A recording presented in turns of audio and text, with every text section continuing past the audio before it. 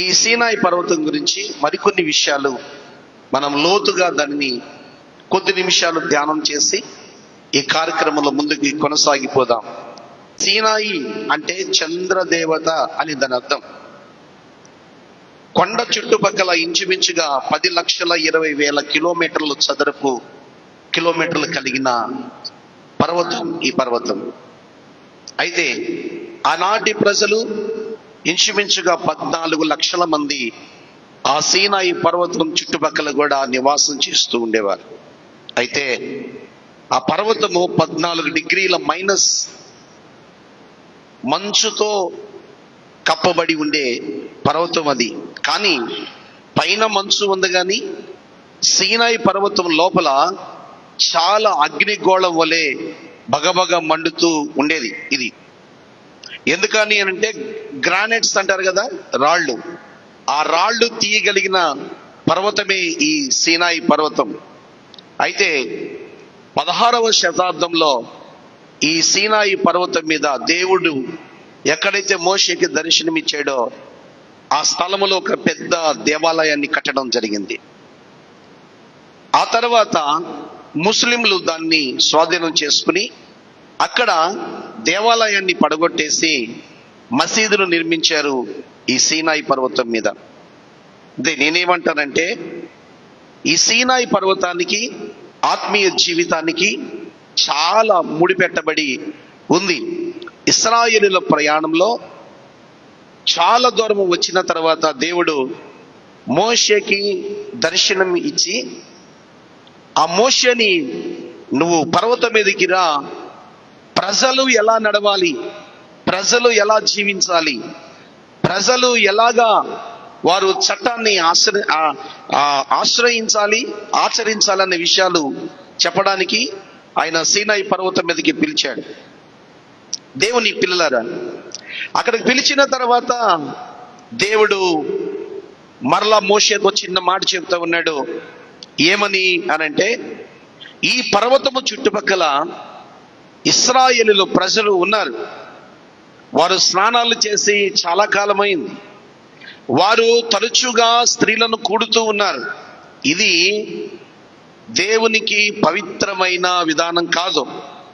నేను ఇంకొక 3 దినాలలో ఈ పర్వతం మీదకి నేను రాబోతున్నాను గనుక ఇశ్రాయేలు ప్రజలందరూ వారు వస్త్రాలు ఉదుకుని శుద్ధి చేసుకోవాలి.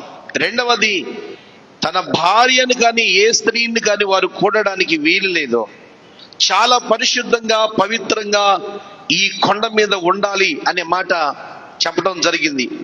నేనేం చెబుతాను ఈ రోజున అని అనంటే, పరిశుద్ధ గ్రంథంలో నిర్గమాకాండము 19వ అధ్యాయంలో 10 నుంచి 11 వచనాలు ఒక మంచి మాట ఉంది. యెహోవా మోషేతో, నీవు ప్రజల యొద్దకు వెళ్ళి నేడును రేపును వారిని పరిశుద్ధపరచుము. వారు తమ బట్టలు ఉదుకుకొని 3వ నాటికి సిద్ధముగా ఉండవలెను. 3వ నాడు యెహోవా ప్రజల కన్నుల ఎదుట సీనాయి పర్వతం మీదకి దిగివచ్చును అని అంటాడు. అంటే దేవుడు పర్వతం మీదకి దిగి రాబోతున్నాడు. దేవుడు పరిశుద్ధుడైన వాడు, దేవుడు పవిత్రమైన వాడు. పరిశుద్ధుడైన దేవుని ఎదుట అపవిత్రత ఉండకూడదు. అందుకనే దేవుడు ఏం చెప్పాడంటే మోషేతో, నీ ప్రజలందరినీ కూడా పవిత్రంగా ఉండమనండి, వారి వస్త్రాలు ఉదుకుకోనమనండి, వారి వస్త్రాలు మార్చుకోమనండి. ఈ పర్వతము చుట్టూ వాళ్ళు ఉన్నారు గనుక ఈ పర్వతాన్ని అంటుకుని ఉన్న వాళ్ళు, ఈ పర్వతాన్ని ఎక్కుతున్న వాళ్ళు, ఈ పర్వతం చుట్టూ ఉన్న వాళ్ళు పవిత్రముగా ఉండాలి, పరిశుద్ధముగా ఉండాలి అనని మాట్లాడుతున్న వైనం మనం చూస్తూ ఉన్నాం.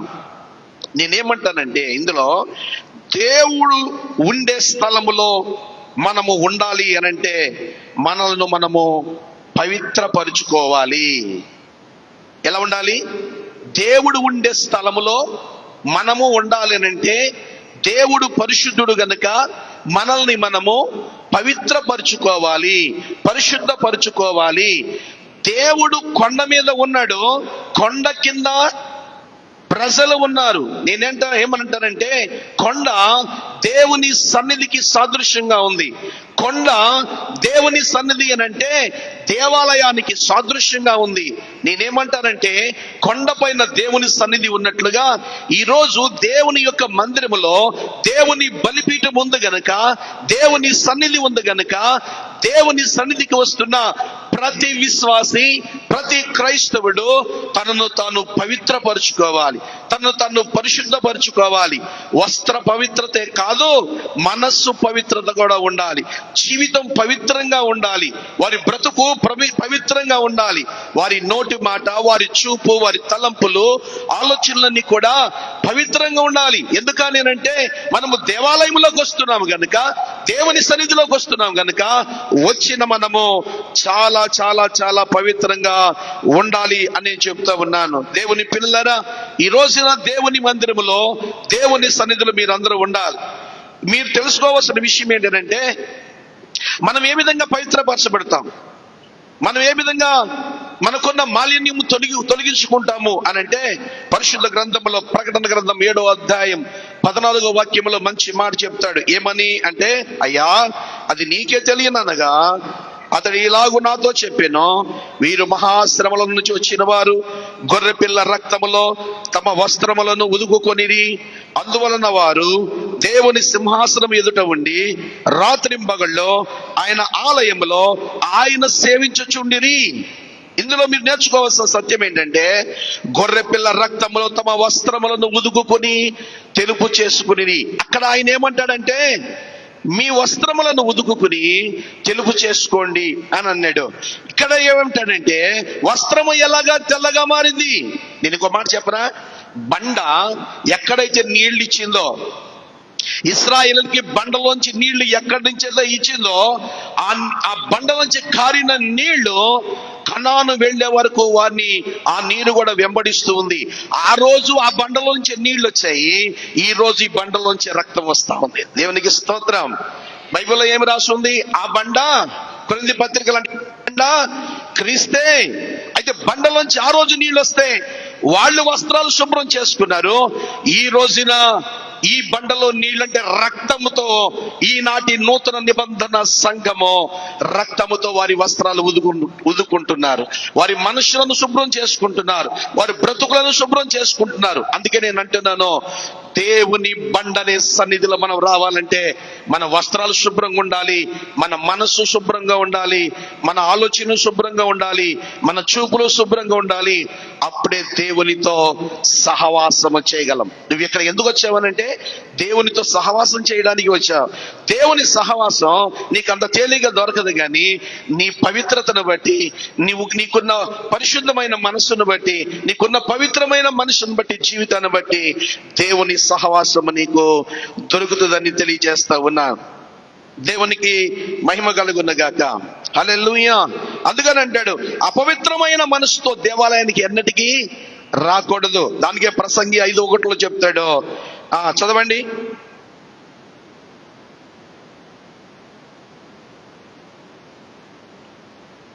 ఎంతసేపు తీసారండి? నీవు దేవుని మందిరంలోకి పోవున్నప్పుడు నీ ప్రవర్తన జాగ్రత్తగా చూచుకొనుము. బుద్ధిహీనులు అప్పగించినట్లుగా బలి అర్పించుట కంటే సమీపించి ఆలోచించుట శ్రేష్టము. హల్లెలూయా, హల్లెలూయా. దేవునికి మహిమ కలుగును గాక. దేవుడు చెబుతా ఉన్నాడు, మంచి మనస్సు కావాలి. బలి అనంటే మేకల్ని, ఎద్దుల్ని, పొట్టేళ్ళని బలి ఇవ్వడం కాదు. మనము మన హృదయాన్ని దేవునికి అర్పణగా ఇవ్వడం, మన జీవితాన్ని దేవునికి అర్పణగా ఇవ్వడం, మన మనసే దేవునికి అర్పణగా ఇవ్వడం. అందుకనే ఏమంటాడంటే, పర్వతం మీద దేవుడు ఉన్నాడు, పర్వతం కింద ప్రజలు ఉన్నారు. పైన దేవుని సన్నిధి ఉంది, కింద ప్రజలు ఉన్నారు. ఆనాడు దేవుడు చెబుతున్నాడు, మీ వస్త్రాలు పవిత్రపరచుకోండి అని. ఈ రోజు కూడా దేవుడు చెప్తున్నాడు, ఆ పరలోక రాజ్యంలో దేవునితో ఉండాలంటే మిమ్మల్ని మీరు పవిత్రపరచుకోండి. ఎలాగా అనంటే, ఆ రోజు బండలోంచి వచ్చిన నీళ్లతో వాళ్ళు వస్త్రాలు ఉద్దుకున్నారు. ఈ రోజున అదే బండ శరీరంలోంచి వస్తున్న రక్తము చేత మనల్ని మనం పవిత్రపరచుకోవాలి. మంచి మనసు ఉండాలి. ఒక మంచి మాట చెప్తాను చూడండి. ఒక తండ్రి పిల్లలందరూ వదిలిపెట్టేసి ఎక్కడికెక్కడికో వెళ్ళిపోయారు, వివాహాలు చేసుకున్నారు. తండ్రి ఒక్కడే, తల్లి చనిపోయింది. ఆయన ఏదో పని చేసుకుంటూ రోజు వెళ్ళి లాటరీ తీసుకుని వచ్చేవాడట. ఈ లాటరీలో ఒక రోజున 25 కోట్లు నీకు వచ్చినాయి అన్న ఫోన్ వచ్చింది. కంగారు పడిపోయి ఆ తండ్రి ముసలుడు ఆ కొడుకుకి కూతుడికి చెప్పాలని ఫోన్ తీసుకుని హలో అన్నాడు, కానీ అవకాశం నుంచి హలో హలో అంటున్నా కూడా ఫోన్ పెట్టేశాడు. ఎందుకని అంటే నాకు డబ్బులు వచ్చినాయి అని చెప్పేదానికంటే అసలు ఎవరికి నేను డబ్బులు ఇవ్వాలి, నా మీద ఎవరికి నిజమైన ప్రేమ ఉందో చూద్దాము అని చెప్పేశారని ఆ బాగా చినిగిపోయిన బట్టలు వేసుకుని బాగా మాసిపోయిన బ్యాగ్ కూడా తీసుకుని దాని నిండా డబ్బులు కట్టలు పెట్టేసుకుని పెద్ద కొడుకు ఇంటికి వెళ్ళాడు. ఇంకా ఆయన గుమ్మం దాకా ఇంకా రాకముందులే ఆ కిటికీల నుంచి బాల్కనీలోంచి చూస్తా ఉన్నాడు. కోడలతో చెప్తున్నాడు, మా నాన్న వస్తున్నాడు కానీ నేను లేనని చెప్పు అని.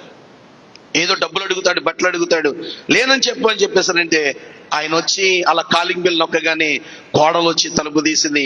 మామయ్య గారు మీ అబ్బాయి ఊళ్ళో లేడు. అమ్మ వచ్చే వరకు ఉంటానమ్మా అని అంటే ఇప్పుడు రాడండి, ఇప్పుడు రారు, నాకు కూడా హెల్త్ బాగోలేదు, పిల్లలు కూడా బాగోలేదు, ఈ టైంలో మీరు ఎందుకు వెళ్ళండి అని చెప్పేసని మొత్తానికి ముఖము ఒకలాగా చికాగా పెట్టేసుకుని పంపించేసింది. ఆయన చాలా బాధపడితే వచ్చాడు. ఆ తర్వాత కూతురింటికి వెళ్ళాడు. కూతురింటికి వెళ్ళంగానే కూతురు చూసి నానాన్ని కవిగిలించుకుంటుందేమో అని అనుకున్నాడు. గబగబా కిందకి దిగి వచ్చేసి ఏంటన్నా ఈ పాడైపోయిన, ఈ చినిగిపోయిన, ఈ బట్టలు మాసిపోయిన, ఈ చుట్టూ ఏంటన్నా గెడ్డము, ఇలా చూస్తే మీ అల్లుడు ఏమనుకుంటాడు, విలువ లేకుండా ఇలా వచ్చేసేవనని కొంత డబ్బు తీసుకొచ్చేసి వాళ్ళ నాన్న చేతిలో పెట్టి నువ్వు వెళ్ళిపో, ఇక్కడ నుంచి వెళ్ళిపో, మంచి బట్టలు కొనుక్కో, కడుపు నిండా ఆనందిని పో అని చెప్పేసి అని బయటికి తోసేసింది కూతురు. మళ్ళీ ఆ బ్యాగ్ చేతపట్టుకుని, ఏ బ్యాగ్ అది, వాళ్ళు ఏమనుకుంటున్నారు దాన్ని, అది తుపాసీ బ్యాగ్, అసలు ఎందుకు పనికిరాని పాత బ్యాగ్, దాంట్లో ఏదో చినిగిపోయిన బట్టలు ఉన్నాయి అనుకుంటున్నారు వాళ్ళు. మళ్ళీ ఆ బ్యాగ్ చేతపట్టుకున్నాడు. మరొక ఇంటికి వెళ్ళాడు. ఆ ఇల్లు ఎవరిదో తెలుసా, చిన్న వయసులో అనాథను తీసుకుని వచ్చి పెంచుకున్నాడు కొడుకులాగా. వచ్చాడు, అంత దూరంలో ఉండగానే అతను లోపల ఆఫీసులో చూశాడు ఆ తండ్రిని. అంత దూరంలో ఉండగానే పరుగున వచ్చి మీద పడి కౌగిలించుకుని, నానా ఇప్పుడే నా రావటం, రానా నా లోపలికి అంటే అప్పుడు అంటున్నాడు, నానా నీ దగ్గర ఒక 10 రోజులు ఉండొచ్చా నేను చెప్పేస్తానంటే, 10 రోజులు నానా, నువ్వు చచ్చిపోయే వరకు ఇక్కడే ఉండు, నువ్వు బ్రతికినంత కాలం ఇక్కడే ఉండు, నిన్ను ఎవడు బయటికి వెళ్ళిపోమన్నారు అని చెప్పేసి తన ఇంట్లోనికి తీసుకెళ్తా ఉన్నాడు. లోపలికి వెళ్ళి చక్కగా షేవింగ్ చేయించాడు. ఎవరో పెంచిన తండ్రి షేవింగ్ చేయించాడు, చక్కగా క్రాప్ చేయించేసాడు, మంచి బట్టలు వేసాడు, కడుపు నిండా అన్నం పెట్టాడు, మంచి రూమ్ ఇచ్చాడు. 10 రోజులు హ్యాపీగా బ్రతికిన ఆ తండ్రి వస్తా బ్యాగ్ ఆ కొడుకు చేతిలో పెట్టి వెళ్ళొస్తానా అని అన్నాడు.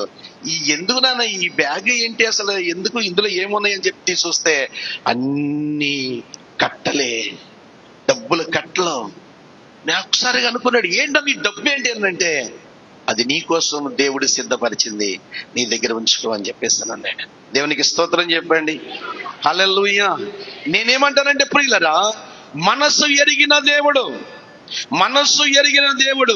తండ్రి మనసు ఎరిగి దేవుని సన్నిధిలో ఎవరుంటారు, తండ్రి అయిన దేవుడే ఉంటాడు. దేవుడు మనస్సును ఎరిగి నీ మనస్సు పవిత్రపరచుకుని, పై వస్త్రాలే కాదు హృదయాన్ని, జీవితాన్ని కూడా పవిత్రపరచుకుని నువ్వు దేవుని సన్నిధికి రాగలిగితే నీ కోసం సిద్ధపరిచిన ఆశీర్వాదం ఖచ్చితంగా నీ చేతిలో పెట్టి పంపిస్తాడు దేవుడు. హల్లెలూయా. అందుకని ఈ సీనాయి పర్వతంతో మనకున్న అనుభవం ఏంటంటే, అంటాడు ఆ సీనాయి పర్వతాన్ని అడిగితే చెబుతుంది సీనాయి పర్వతము, ఓ ప్రజలారా, దేవుడు పవిత్రుడు గనుక ఆయన చుట్టుపక్కల ఉన్న ప్రజలందరినీ పవిత్రంగా బ్రతకమన్నాడు. ఈనాటి సంఘమైన మీరు కూడా మీ జీవితాలు, మీ బ్రతుకులు, మీ మనసులు, మీ వస్త్రాలతో పాటు పవిత్రపరచుకోండి, ఆ దేవుడు ఆయన సన్నిధి నీతో కూడా ఉంచుతాడు అని. దేవునికి స్తోత్రం కలుగును గాక.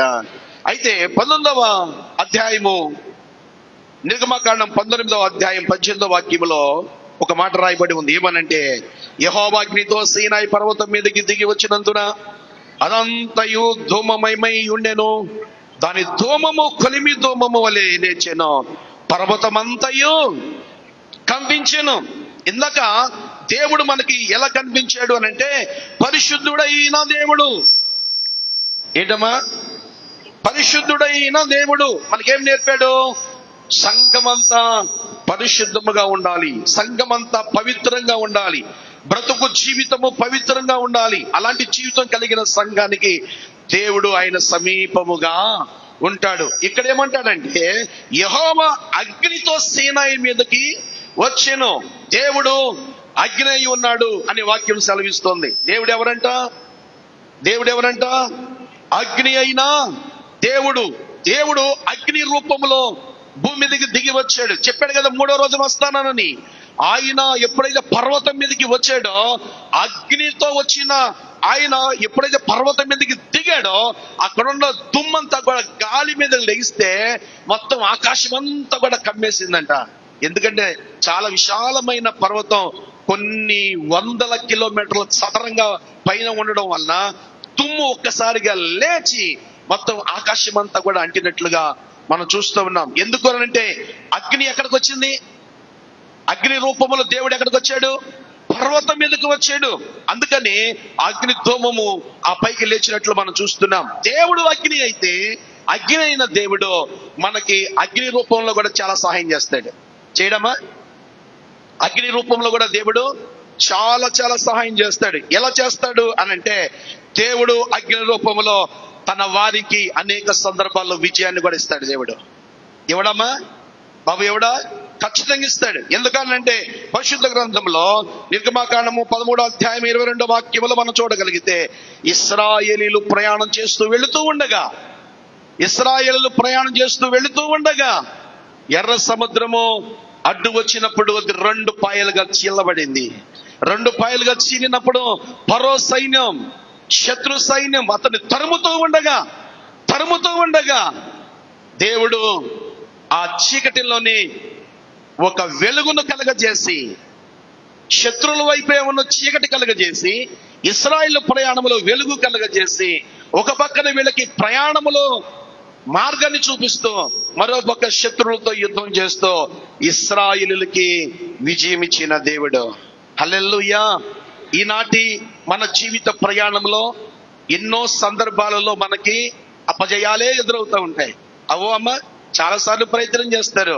అయ్యో, నా జీవితంలో విజయం కలిగితే బాగుండు, నేను ఈ పని చేసినప్పుడు ఇందులో నాకు విజయం వస్తే బాగుండు, జయం వస్తే బాగుండు, ఈ పని సక్సెస్ అయితే బాగుండు, ఈ వ్యాపారం అభివృద్ధి చెందితే బాగుండు, నేను చేస్తున్న ఉద్యోగంలో 10 రూపాయలు మిగిలితే బాగుండు, నా కుటుంబాన్ని కట్టుకునే విషయంలో నేను అపజయము పాలైపోతా ఉన్నాను, నా పిల్లల్ని దేవుని కొరకు పెంచే విషయంలో నేను ఫెయిల్ అయిపోతా ఉన్నాను, నేను నా ఆత్మీయ జీవితాన్ని కట్టుకునే విషయంలో అపజయం పాలైపోతా ఉన్నాను, ఒక్కటి కూడా నా జీవితంలో జయం అనేది లేనే లేదు.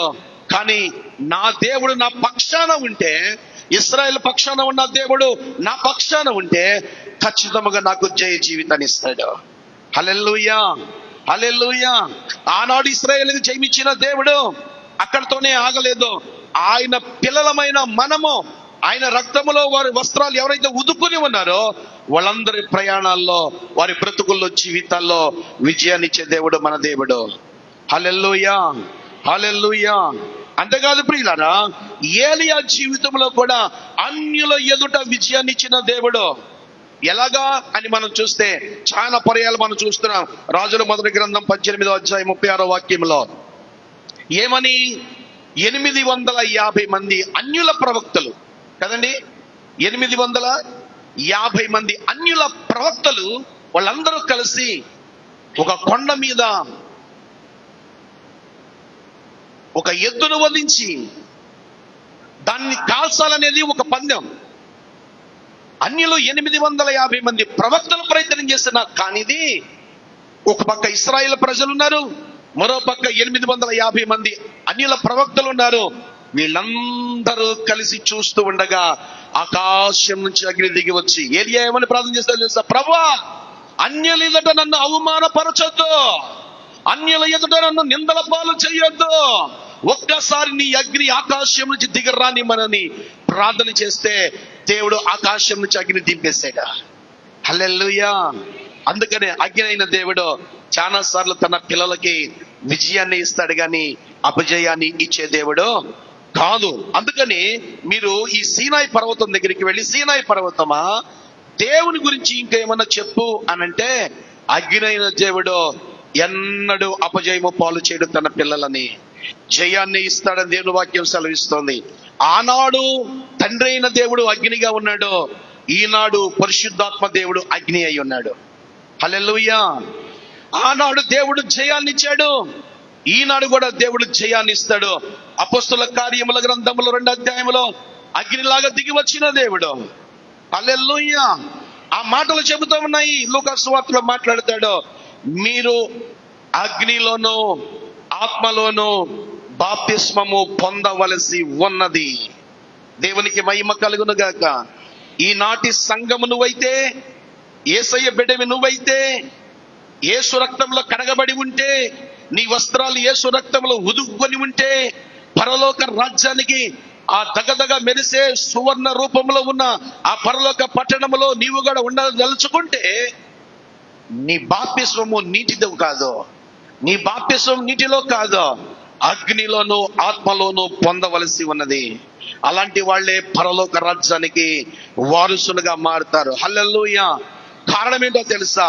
2వ దినవృత్తాంతాల గ్రంథం 7:3లో దేవుని మందిరము మీద అగ్ని దిగి వచ్చిందని రాయబడి ఉంది. దేవుని మందిరం మీద గట్ట సొలొమోను మందిరాన్ని నిర్మించిన తర్వాత, ఆ సొలొమోను మందిరము పూర్తయిన తర్వాత, దాన్ని ప్రతిష్ఠ చేసిన తర్వాత, దేవుని ఆత్మ, దేవుని అగ్ని దేవుని మందిరం మీద నిలిచి ఉంది అని అంటాడు. ఇది దేవుని మందిరం అయితే దీని మీద దేవుని అగ్ని నిలిచి ఉంటే, ఇందులో ఉన్న నీవు అగ్నిలోను ఆత్మలోను బాప్తిస్మం పొందవలసి ఉంది, ఆత్మలో నింపబడవలసిన అవసరం ఉంది. నేనేమంటానో తెలుసా? సహాయం చేసిన అగ్ని, విజయాన్ని ఇచ్చిన అగ్ని, ఆత్మవరాలు ఇచ్చిన అగ్ని అంతవరకే ఆగదు. నువ్వు దేవుని నమ్ముకొని కూడా పాపం చేసావంటే, దేవుని నమ్ముకొని కూడా నీ ఇష్టారాజ్యంగా బతికావంటే, దేవుని నమ్ముకొని బలలో చేయి వేస్తూ కూడా యేసయ్య రక్తము యేసయ్య శరీరములో నువ్వు పాలు పంపులు పొందుతూ కూడా పాపం చేసావో జాగ్రత్త, ఆ అగ్ని నిన్ను దహించి వేస్తుంది. దహించి వేయదంటారా? ఖచ్చితంగా జరుగుతుంది. అది మనకి ఎక్కడ కనిపించింది అంటే, మనకి ఆదికాండము 19వ అధ్యాయం 24వ వాక్యంలో సొదొమ గొమొర్రా పట్టణాలని దేవుడు దహించి వేసినట్లుగా. ఎందుకని దహించాడు? పాపము పొంచి ఉంది కాబట్టి, పాపము పరిపక్వానికి వచ్చేసింది. చూడండి, చాలా చెట్లు మనం చూస్తామంటే, ఆ రోడ్ల మీద మామిడికాయలు అమ్ముతూ ఉంటాడు. వాడు ఏమంటాడంటే, బాబు ఎంత పరక ఎంత అన్నామనుకో, సార్ ఇవి చెట్టుకాయలండి అంటాడు.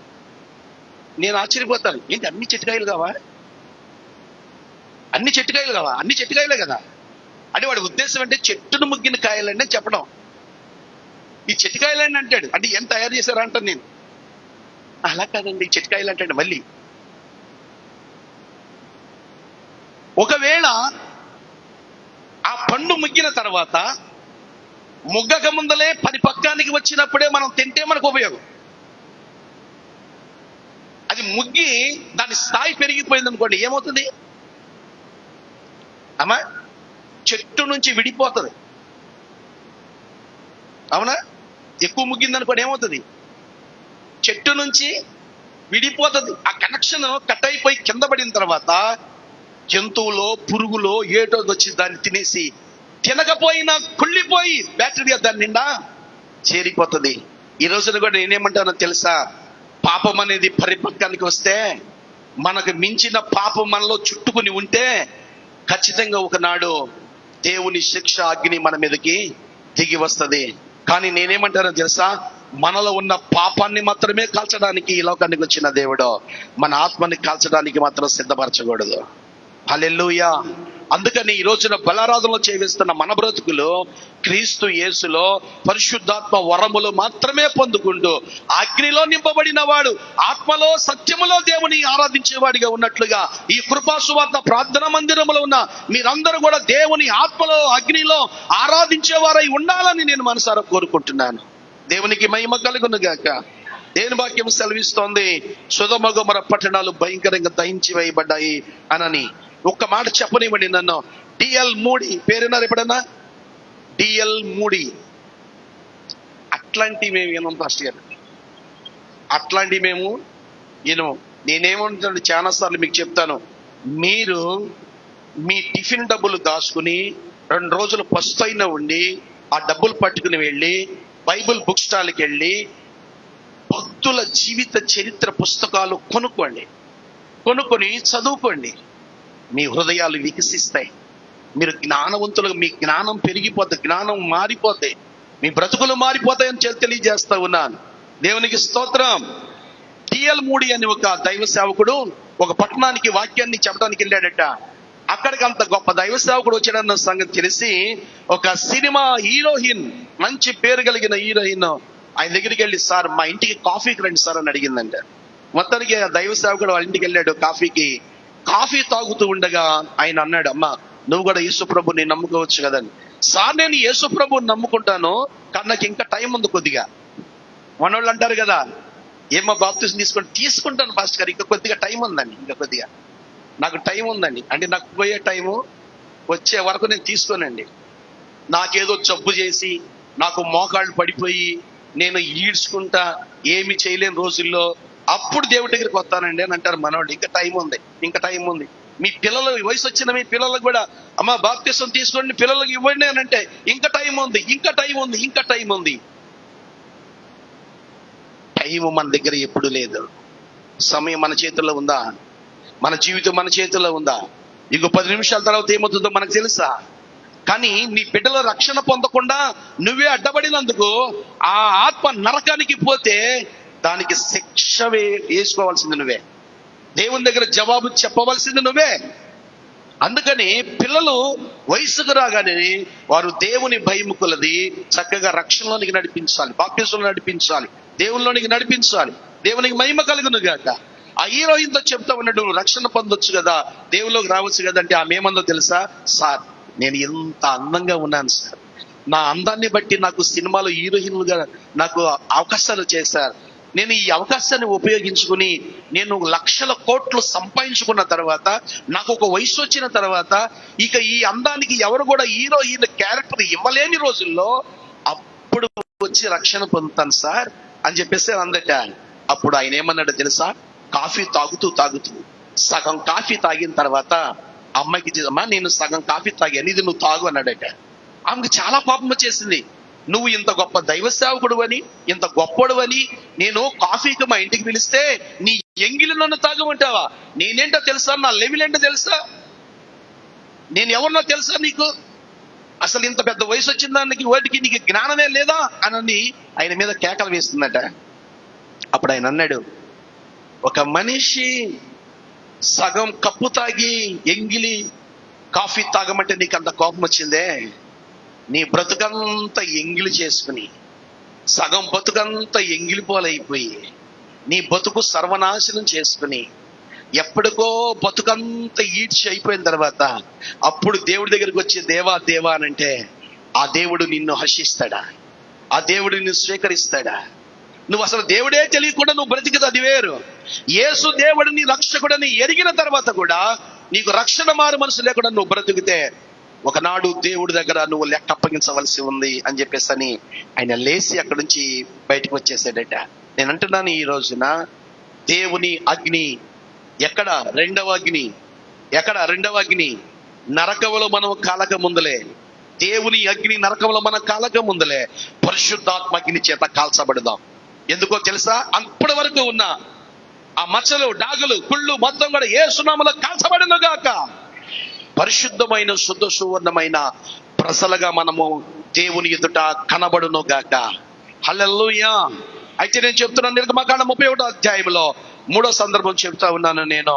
18వ వచనంలో అంటాడు, మరియు ఆయన సీనాయి కొండ మీద మోషేతో మాట్లాడి చాలిన తర్వాత ఆయన తన శాసనములు గల 2 పలకలు అనగా దేవుని వ్రేలుతో వ్రాయబడిన రాతి పలకలను అతనికి ఇచ్చెను.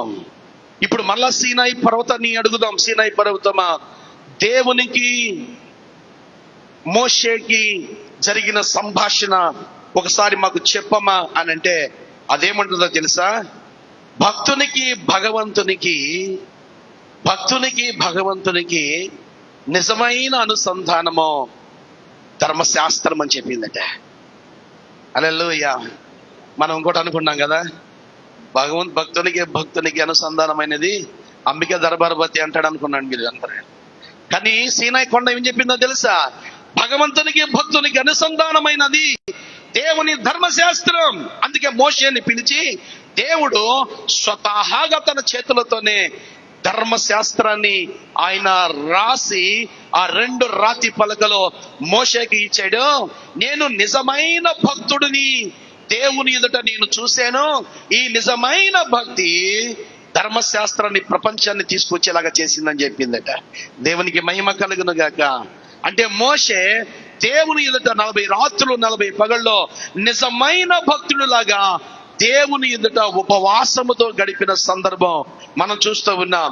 ఈనాటి దేవుని సంఘమైన మనకి ఒక్క పూట ఉపవాసం ఉండడానికి ఎన్ని లిక్విడ్లు తాగుతామో, ఎన్ని తాగుతామో, ఎన్ని తీసుకుంటాం. ఒక్క పూట ఉపవాసం ఉన్నందుకు. కానీ ఆయన 40 రాత్రులు 40 పగళ్ళు ఏమన్నా పట్టుకెళ్ళాడంటారా? కొబ్బరి బళ్ళాలు చూసి. కానీ అదే ఒక ఆమెని నేను అన్నాను, అమ్మా నోటితో నవ్వులేది ఘన పదార్థం, మింగేది తాగేదేమో ద్రవ పదార్థాలే తీసుకోవాలి కానీ ఘన పదార్థాలు తీసుకోకూడదమ్మా అని చెప్పాను. అలాగే అయితే మేము అరటిపళ్ళు జ్యూస్ చేసుకుని తాగుతామండి, తర్వాత బత్తాయి పళ్ళు జ్యూస్ చేసి తాగుతామండి, ఇంకా ద్రవ పదార్థం అయిపోయింది కదండి అలా తాగుతామండి అని చెప్పింది. ఎంత తెలివో కదండి. ఒక ఆయన అంటాడు, బైబిల్లో రాసి ఉంది, బయట నుంచి వెళ్ళేది అపవిత్రమైంది కాదట, లోపల నుంచి బయటకు వచ్చేది అపవిత్రమైంది. నీ మనసు నుంచి బయటకు వచ్చేది అపవిత్రం, బయట నుంచి లోపలికి వెళ్ళేది అపవిత్రమైనది కాదని ఉంటుంది బైబిల్లో చాట. నేను అన్నాను, ఎందుకయ్యా నీ సిగరెట్లు కలుస్తావు, నీ ఆరోగ్యం పాడైపోయింది అని అంటే ఆయన ఏమన్నాడు, బైబిల్ ఏం చెబుతుంది, బైబిల్ ప్రకారంగా నేను ఉంటున్నాను, ఇది బయట నుంచి లోపలికి వెళ్తుంది, ఇది అందుకని ఇది అపవిత్రము కాదు. ఎంత లాజికో. మీరు ఎవరో అలాంటి ఉంటే చేస్తా ఉండండి, మరి ఆ వాక్యాన్ని చూపించవచ్చు. తాగేవాళ్ళు, సిగరెట్ కాల్చేవాళ్ళు, ఇంకా ఏదైనా గుట్కాలు పాన్ పరాకులు ఏమైనా తినేవాళ్ళు, ఏమంటే ఇది బయట నుంచి లోపలికి వెళ్తుంది, ఏం అభ్యంతరం లేదు, బైబిలే చెబుతుందని చెప్పండి. పోతాం నరకన్నా ఒకసారిగా. దేవునికి మహిమ కలుగును గాక. ఏమంటాడో తెలుసు, ఇక్కడ నిజమైన భక్తుడిని చూస్తున్నాను దేవుని సన్నిధిలో. ఏమిచ్చాడంట? ధర్మశాస్త్రం ఇచ్చాడని బైబిల్ గ్రంథం సెలవిస్తోంది. ఈరోజు మీ ముందు ఏముంది చెప్పండి? మీ చేతుల్లో ఏముంది? ధర్మశాస్త్రం ఉందా? ఇలా చూపించండి అందరూ కూడా. ఇలా ధర్మశాస్త్రం చూపించండి అందరూ. కొంతమంది చేతులు పైకి లేగవట్లేదు, ఎందుకు? కొన్ని చేతులు లేగవలేదు, 1 2 3. స్త్రీల దగ్గర అందరి చేతులు లేసాయా? అది ఎర్ర డ్రెస్ కనపడుతుంది నాకు, ఆ ముందు తెల్ల డ్రెస్ కనపడుతుంది నాకు, అక్కడ ఆవకాడేమో ఇంకొక పింక్ డ్రెస్ కనపడుతుంది నాకు. మీ దగ్గర బైబిల్ లేవమ్మా? బైబిల్ లేకుండా దేవాలయానికి ఎలా వచ్చారు మీరు?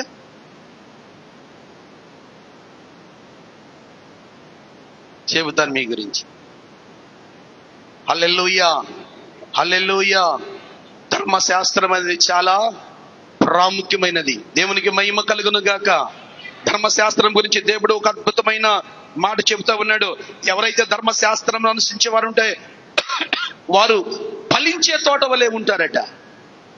దేవుని వాక్యం ఎవరి చేతిలో ఉంటే, దేవుని పరిశుద్ధ గ్రంథం ఎవరి చేతిలో ఉంటే, ఎవరు దేవుని యొక్క ధర్మశాస్త్రాన్ని అనుసరిస్తారో వారు ఫలించు తోట. 1వ కీర్తనలో మాట రాయబడి ఉంది, యెహోవా ఇచ్చు ధర్మశాస్త్రమందు ఆనందించు దాన్ని దివారాత్రులు ధ్యానించేవాడు ధన్యుడు. అటి వాడు నీటి కళ్ళు ఎవరున నాటబడిన వాడై ఆకువాడక తన కాలమందు ఫలమిచ్చు చెట్టు వలె ఉంటాడు. దేవునికి స్తోత్రం కలుగును గాక. బైబిళ్ళు ఉన్నంత మాత్రాన బైబిల్ రోజు చదువుతున్నారని నేను అనుకోవట్లా. ఎంత బైబిల్ చదివేస్తున్నామో పాస్టర్ గారు మీకేం తెలుసండి? నాకైతే నమ్మకం లేదు. అందుకని బైబిల్లో ఏం రాసిందో తెలుసా? ప్రభువా ప్రభు అని పిలుచు ప్రతివాడు పరలోకానికి వెళ్ళడు. ఇది నిజం, ఇది మాత్రం నిజం. నీ చేతిలో బైబిల్ ఉంది కానీ చదవు.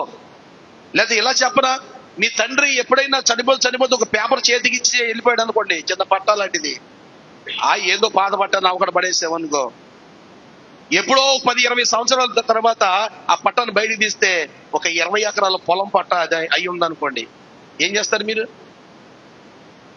నేనెంత ఎర్రిదాన్ని, నేనెంత ఎర్రుడిని, ఎంత పిచ్చోడిని, మా నాన్న ఇచ్చిన పేపర్ నేను చదవలేకపోయాను ఆ పట్ట ఏంటో నేను తెలుసుకోలేకపోయాను, నేను అంత పిచ్చిదాన్ని, ఎర్రదాన్ని, ఎర్రోడిని అని అనుకుంటే మాత్రం పోయిన వయసు రాదు, పోయిన కాలం తిరిగి రాదు.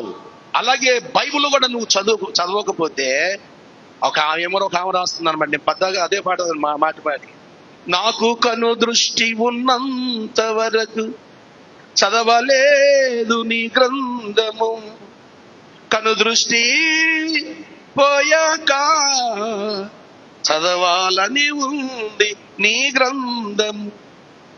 ఏంటమ్మా, కాళ్ళు లేనోడు అంటాడంటే నాకు కాళ్ళు ఉంటేనా, చేతులు లేడు అనుకుంటే నాకు చేతులు ఉంటేనా, కళ్ళు లేనోడు ఏమనుకుంటాడు నాకు కళ్ళు ఉంటేనా, అసలు ఏండి మోగోడు ఏమనుకుంటాడు నాకు నోరు ఉంటేనా. అన్నీ ఉన్నవాళ్ళు మీరు, అదనమాట. మనం ఎంతవరకు దాన్ని న్యాయం చేస్తున్నాం? నీ దగ్గర గ్రంథం ఉంది, నువ్వు ఎంతవరకు న్యాయం చేస్తున్నావు? అందుకని ధర్మశాస్త్రమును దివారాత్రులు ధ్యానించువాడు ధన్యుడు. వాడు నీటి కాలంలో ఎవరన్నా నాటబడిన వాడై దేవునికి అంటుగట్టబడాలి. హల్లెలూయా. వదిలేస్తే ప్రయోజనమేమీ లేదు. ఒక 11 మంది విమానంలో వెళ్తున్నారంటే ఇలాగా చాలా దూరం వెళ్ళిన తర్వాత ఒక ప్రమాదంలో చిక్కుకుంది. అది అనౌన్స్మెంట్ చేస్తున్నాడు దాన్ని నడిపే పైలట్, ప్రమాదంలో ఉంది విమానం, మీరందరూ కూడా ఒక తాడు కిందకి వేస్తున్నాను, ఆ తాడు పట్టుకుని కిందకి వేలాడండి, నేను బాగా కిందకి దింపుతాను, మీరు ఎక్కడో చోట దిగుదురుగా అని చెప్పేసాను. ఆ తాడు పట్టుకుని వేలాడుతూ ఉండగా అందులో 11 మంది ఒక ఆడ మనిషి ఉందట. అందరూ వేలాడుతున్నారు, 10 మందే వేలాడండి, 11 మంది వేలాడు, తాడు దిగిపోద్ది అంటున్నాడు. ఇవి కింద ఉంది, బాగా చివర కింద ఉంది, అందరు 10 మంది పైన ఉన్నారట. అందరూ వేలాడుతూ ఉండగా 10 మంది అంటాడు ఈయన. అప్పుడు ఈ మగవాళ్ళు అందరూ అన్నారు, మేమందరూ 10 మంది మగవాళ్ళు ఉన్నాం, నువ్వు ఒకదానివే కదా ఆడదానివి, నువ్వు వదిలేయి అన్నారంట కిందకి. ఎంత దుర్మార్గులు రా మీరు, మీకు పిల్లలు కానీ, మీకు బట్టల గురించి, మీకు అన్ని వంటలు వండి, మీకు కావాల్సిన అన్ని కూడా మంచి చేట్లు మీకు చూస్తే ఈ రోజున ఆడజాతికి ఎంత విలువ తక్కువ వచ్చేసిందా? సరేలే, మీరు ఏడు చేస్తున్నారు కదా, నేను దూకేస్తాను, మీరు అందరు 10 మంది కలిసి నేను 1 2 3 అంటాను, అందరు చప్పట్లు కొట్టండి, నేను దూకేస్తాను అందండి. అలాగే అన్నారు. మొత్తం ఆమె ఏడ్చి ఒక పాట పాడుకుని, పాట అయిపోయిన తర్వాత 1 2 3 అనగా చప్పట్లు కొడతాక ఏం చేశారు?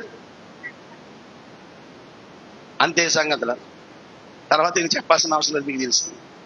ఎవరున్నారు? ఆ తాడు పట్టుకుని ఎవరున్నారు? ఆ ఒక్కతే తాడుకు అంటగట్టబడింది, అందుకే ఆమె రక్షించబడింది. యేసయ్యలో నువ్వు అంటుగట్టబడి ఉంటే, నీ నిజమైన ద్రాక్షవల్లిలో నువ్వు అంటుగట్టబడి ఉంటే నువ్వు బహుగా ఫలిస్తావు. అందుకే సీనాయి కొండ నీకేం చెప్పింది అంటే, దేవునితో నువ్వు అంటుకట్టబడాలి, దేవుని ధర్మశాస్త్రముతో నువ్వు అంటుకట్టబడాలి, దేవుని వాక్యముతో నువ్వు అంటుకట్టబడాలి. అలా అంటుకట్టబడిన దినాన నీ జీవితమే కాదు, నీ కుటుంబమే కాదు, నీ వంశాలన్నీ కూడా అంటుకట్టబడి బహుగా ఫలించేవిగా ఉంటాయని లేఖనాలు మనతో బోధిస్తూ ఉన్నాయి. హల్లెలూయా. ఉపవాసము దేవుని సన్నిధిలో గొప్ప సహవాసాన్ని కలగజేస్తుంది. ఉపవాసము ఆత్మీయుల యొక్క సహవాసాన్ని కూడా దేవుడు మనకి ఇస్తాడు. పరిశుద్ధ గ్రంథంలో నేను అంటున్నాను, వారి ఆ రోజున ఉపవాస ప్రార్థన వలన దేవుని దర్శనం పొందుకున్న మోషేని మనం చూస్తున్నా. అవునండి, సీనా కూడా ఏం చెప్పిందో తెలుసా? ఉపవాస ప్రార్థన దేవుని దర్శనాన్ని కలిగి ఉంటది అని. ఏమన్నాడు ఆయన? నా ముఖాన్ని మాత్రం చూడవద్దు, నేను చేయి అడ్డం పెడతాను, నా వెనక పార్శ్వం మీరు చూడండి అని. ఒక్కసారి చూసినందుకు ఆయన చనిపోయే వరకు 120 సంవత్సరాల ముఖం ప్రకాశిస్తూ ఉంది. హల్లెలూయా. యేసయ్యను చూడాలనే మనస్సు మనకుండాలి, యేసయ్యను చూడాలనే కన్నులు మనకు ఉండాలి. మగ్దలేని మరియా యేసయ్యని చూడాలనుకుంది, పునరుద్ధాన దర్శనాన్ని పొందుకుంది. జక్కయ్య యేసయ్యని చూడాలనుకున్నాడు, తన ఇంటికి చేర్చుకుని రక్షణ సంపాదించుకున్నాడు. పిలాతు యేసుక్రీస్తు పట్టబడినప్పుడు యేసయ్యని చూడాలనుకున్నాడు. దేవుని యొక్క ముఖ దర్శనాన్ని, నిజమైన దేవుణ్ణి ఆయన చూడగలిగాడు, ఆయన సంగతులు వినగలిగాడు. ఈనాటి పరలోక రాజ్యాన్ని స్వతంత్రించుకునే సంఘమైన మీరందరూ కూడా రాబోతున్న దినాల్లో యేసయ్యని కన్నులారా చూచునుగాక. యేసయ్యను చూసే కన్నులు నాకివ్వమని ప్రభుని అడుగుదాం.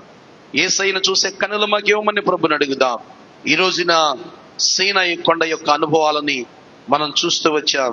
సీనాయి కొండ యొక్క అనుభవం పరిశుద్ధమైన పవిత్రమైన జీవితానికి సూచనగా కనిపిస్తా ఉంది. సీనాయి కొండ యొక్క అనుభవం యేసయ్య అగ్నిలో ఆత్మచేత నింపబడిన అనుభవం మనకు చూపిస్తా ఉంది. సీనాయి కొండ అనుభవం దేవుని యొక్క వాక్యము ధర్మశాస్త్రము చేత పెనవేసుకునే అనుభవం మనకు చూపిస్తా ఉంది. సీనాయి కొండ అనుభవం దేవుని యొక్క ముఖదర్శనాన్ని చూడగలిగిన అనుభవాన్ని చూపిస్తా ఉంది. సీనాయి కొండ అనుభవం దేవుని యొక్క సహవాసానికి గుర్తుగా చూపిస్తా ఉంది. సీనాయి కొండ అనుభవం ఆ దేవుని యొక్క పరలోక రాజ్యానికి, దేవుని సన్నిధికి సూచనగా కనిపిస్తా ఉంది. ఆనాడు కొండ నీళ్లతో నింపితే, ఆనాడు బండ నీళ్లతో నింపితే వాళ్ళు వస్త్రాలు ఉదుక్కున్నారు. ఆ బండే శరీరం దాచుకుని లోకానికి వస్తే నీవు ఈనాటి ఈ నూతన నిబంధన సంఘానికి ఆయన రక్తాన్ని వస్త్రాలతో కడుక్కోవడానికి దేవుడు అవకాశం ఇస్తూ ఉన్నాడు. ఆ రక్తంతో నిండిన వస్త్రాలే, ఆ శుద్ధమైన వస్త్రాలే నీ జీవితానికి రక్షణ వస్త్రంగా మార్చుకోగలిగితే, నా దేవుని శరీరము, నా దేవుని రక్తాన్ని తీసుకుంటున్నాను, నీవు పరలోక రాజ్యానికి వారసులుగా ఉండను గాక. మోషే 40 దినాలు 40 రాత్రులు ఉన్నాడేమో, కానీ పరలోక రాజ్యంలో శాశ్వతంగా నువ్వు ఉండబోతున్నావు. నువ్వు యేసయ్య రక్తంలో కడగబడాలి, యేసయ్య రక్తంలో కడగబడాలి, యేసయ్య శరీరాన్ని నువ్వు తీసుకోగలగాలి. అప్పుడు నిత్య జీవితానికి వారసులుగా మారిపోతారు. తలలు వంచండి, ప్రార్థన చేసుకుందాం. హల్లెలూయా, హల్లెలూయా, హల్లెలూయా, హల్లెలూయా, హల్లెలూయా, హల్లెలూయా, హల్లెలూయా, హల్లెలూయా, హల్లెలూయా. దేవానికి స్తోత్రం, స్తోత్రం, స్తోత్రం, స్తోత్రం. మహోన్నతుడివైన నీ చేతులకు అప్పగిస్తున్నాను, పరిశుద్ధుడివైన నీ చేతులకు అప్పగిస్తున్నాను, జీవగల దేవుడివైన నీ చేతులకు అప్పగిస్తూ ఉన్నాను. ప్రభువా, ఈనాటి సంఘాన్ని మీరు జ్ఞాపకం చేసుకోండి. ప్రభువా, సీనాయి కొండ యొక్క అనుభవాన్ని మేము చూస్తూ వచ్చాం తండ్రి. ప్రభువా, అంత విశాల